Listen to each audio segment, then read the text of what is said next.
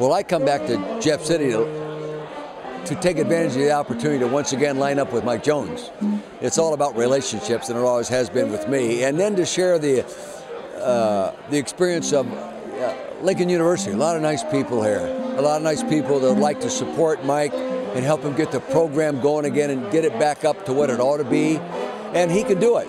And we have to raise money, and I'm here to help him raise money and meet the people. But I've been here before, and I enjoy the environment. I enjoy the people. Really nice people here in Jeff City.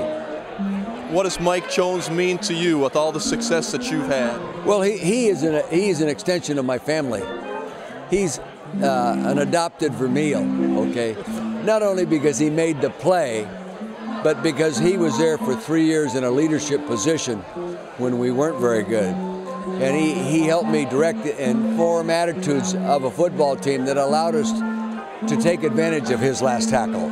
So the relationship is deeper than just a normal football player-coach relationship.